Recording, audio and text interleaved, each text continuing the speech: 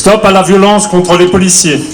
Nous sommes aujourd'hui rassemblés, place de la République à Paris et partout en France pour dire stop aux violences faites aux policiers et agents de tout grade. Aujourd'hui sont présents au titre de la fédération UNSA-FASMI les syndicats SCPN, UNSA Officiers, UNSA Police, SNPPS, aux côtés de nos collègues d'Alliance et de la CFE-CGC et de la CFDT, des retraités de la police nationale de l'UNRP, des citoyens, des élus, des responsables d'associations qui sont venus nous soutenir, car aujourd'hui, plus de 82%, un sondage de ce matin, de citoyens soutiennent les policiers et la police nationale. Grâce à vous, venus par milliers, place de la République, nous exprimons le ras-bol de toute une corporation, policiers et gendarmes, mais aussi de tous ceux qui, chaque jour, paient un lourd tribut à la lutte contre l'insécurité. Qui se doute que pour la seule police nationale, ce sont chaque jour 18 collègues qui sont blessés en intervention. Chaque année en France, patrie des droits de l'homme, ce sont plus de 10 000 agents de la force publique qui se voient infliger des blessures en protégeant la population.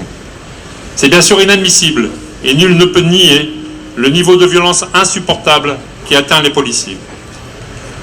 Depuis maintenant 2 mois, les forces de l'ordre qui sécurisent les manifestations de protestation contre la réforme du Code de travail sont la cible de groupuscules violents dont le seul objectif est de propager la dévastation et casser du flic. Certains débordements sont d'ailleurs proprement orchestrés par des pseudo-reporters ennemis déclarés du camp de la paix publique qui relèveront outrancièrement le geste malheureux d'un collègue excédé sans rien montrer des graves violences, insultes et crachats endurés. Le pire, c'est que les casseurs ont pu se sentir légitimés par les discours haineux de certaines organisations qui se sont laissées tenter par la voie de la radicalisation politique. La CGT a fait ce choix honteux. D'autres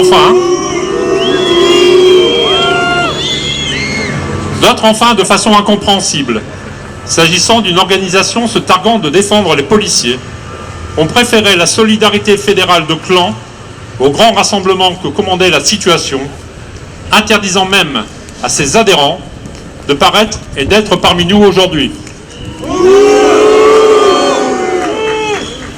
Paris, Nantes, Rennes, Toulouse, Marseille, la liste est longue des villes soumises à la violence des casseurs. Aujourd'hui, nous voulons dire aux Français ce qui se passe et rappeler que les policiers conspués, victimes d'un incroyable déchaînement de violence, sont strictement les mêmes que la foule acclamait le 11 janvier 2015.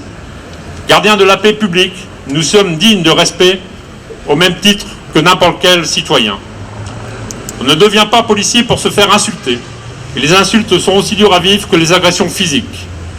Nous en avons marre des agressions verbales, nous en avons marre des agressions physiques. Leurs auteurs doivent être interpellés, systématiquement déférés devant la justice et lourdement condamnés.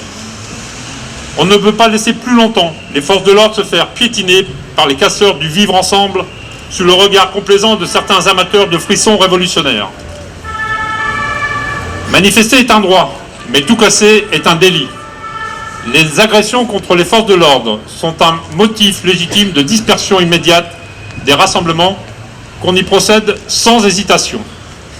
Il devient urgent de prévoir en France, comme cela existe déjà dans de nombreuses démocraties européennes, un dispositif d'interdiction administrative et judiciaire de participation à des rassemblements de voie publique lorsqu'on a été condamné pour des faits de violence ou voies de fait en marge de manifestation. S'attaquer aux policiers, c'est oublier un peu vite l'engagement quotidien, sans faille de ces hommes et de ces femmes qui assument leur mission de protection de nos concitoyens en tout temps et en tout lieu.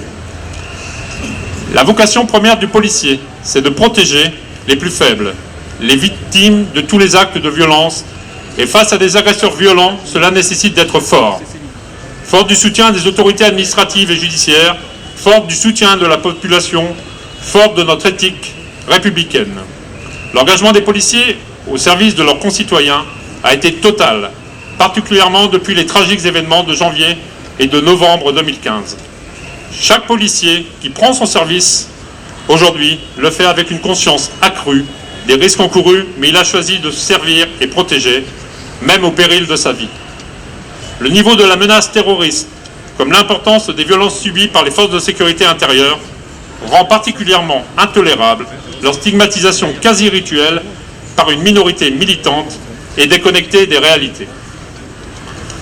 L'UNSA FASMI ne supporte plus que les policiers soient stigmatisés alors qu'ils subissent la violence.